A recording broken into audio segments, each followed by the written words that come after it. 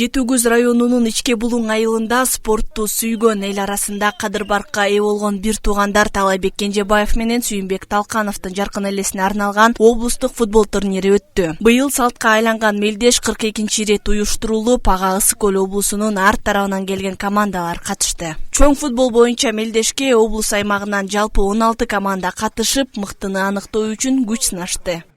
Эми футбол Кудайга шүгүр жаан жаап атат, бирок ушуга карабастан оюн жакшы деңгээлде өтүп атат. Ушу балдардын эки жактын балдарына рахмат, ушу жаанды карабай келип ойноп атышкандарына. Буларга аманчылык, ден соолук каалайм. Эми оюн ушундай экен, күчтүүсү жеңгенге жетишсин. Эң башы ошо мен анан тиги Бектуру Бермек Бишкектен келчү азыр ажы ошол эки анан айылдын жаштары болуп баштаганбыз. Каза болгондон 1 жылдан 84-жылы башталган. Майдын акыркы 6-күнү болчу. Анан кээ жылдары июндун башына жылып калчу. Ошо бойдон ушу турнир ушуга чейин өтөдү. Бир топ далай спортсмендер чыкты. Ушу убакыт келгенде эле райондун балдары өзлөрү турнирге шамыл өтүп, кызыгып сурап калышат. Ал эми 40 жаштан жогорку футболчулар арасында өткөн кичи футбол турниринде дагы 16 команда таймашып, оюндар Ичке Булуң жана Липинка айылдарындагы спорт аянтчаларында өткөрүлдү. Анан таалай жөнүндө айта кетсек, ушул Тулкубай турганы бүт ушу спортко арналган жигит болчу да. Ушул полияны газон курайын деп окуучуларды чогултуп аттыбыдан үрөн алып келип ушу газон сээп. Эси ушул жерден Караколго велосипед менен барып жайксын. Кышкысын лыжа тээп спорт дегенде өлүп калчу.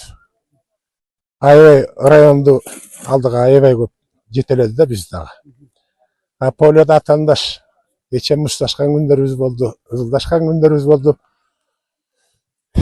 Полиодан чыккандан кийин дос, тууган болуп жүрчүбүз. Анан Кырсык Оргочордун менен Шалбанын ортосунда бир картошка айдалган жер бар болчу.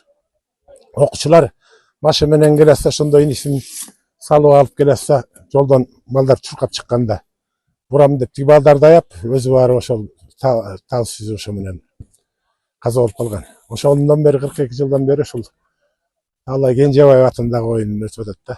Анан иниси бу Сүйүтбек деп атпайбы, Сүйүн деп койчубуз. Ал да катты ойноп, райондун областын командаларында ойноп жүргөн да. Ал кичине жүрөгүнөн кетип калды, жаш кетти аябай. Булардын аты дагы, заты да бүт ушу спортко, чоң футболго аябай кызмат кылды да.